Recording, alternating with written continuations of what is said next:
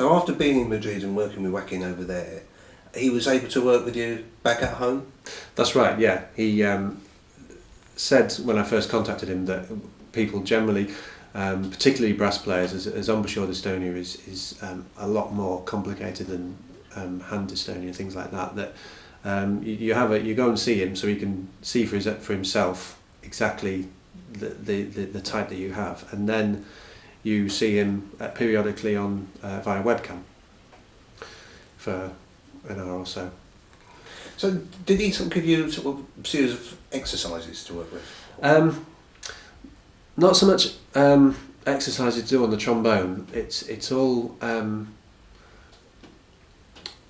things to be about your psychological and emotional state. You know, making absolutely sure that you know what you need to be doing physically and mentally before you. I mean, when I first started working with Joaquin, the biggest thing he had to put across to me was, can you form an embouchure without the trombone?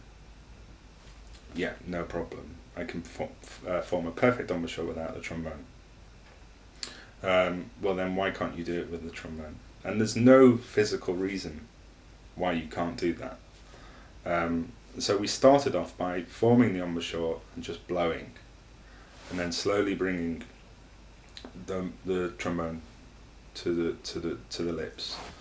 And at the beginning, it was perfect embouchure. As soon as the trombone got to my face, movements, tensions, but very quickly that disappeared, and I could blow, bring the trombone to my face, and then we moved on to blowing with the instrument already on the face, and then introducing the tongue, and it took a long time, and it's very boring because you sit for hours and hours and hours just playing long notes, trying to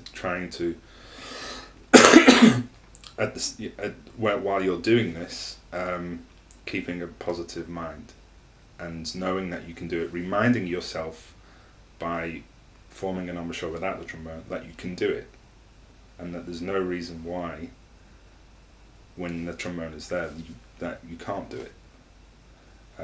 And slowly,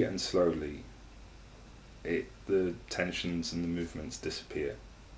If you ignore them is the wrong word, but accept that they're going to be there, and don't pay them too much attention. You're not interested in the tensions. You're just interested in.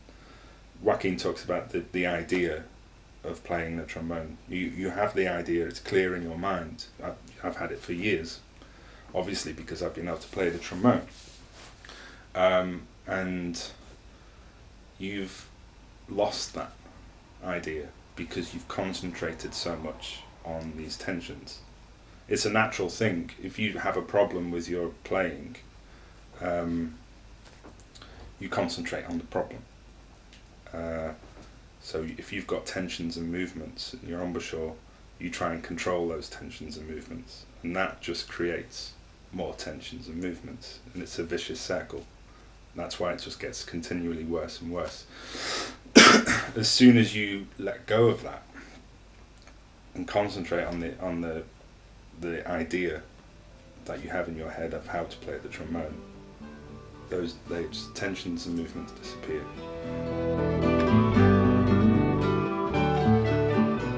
Fantastic.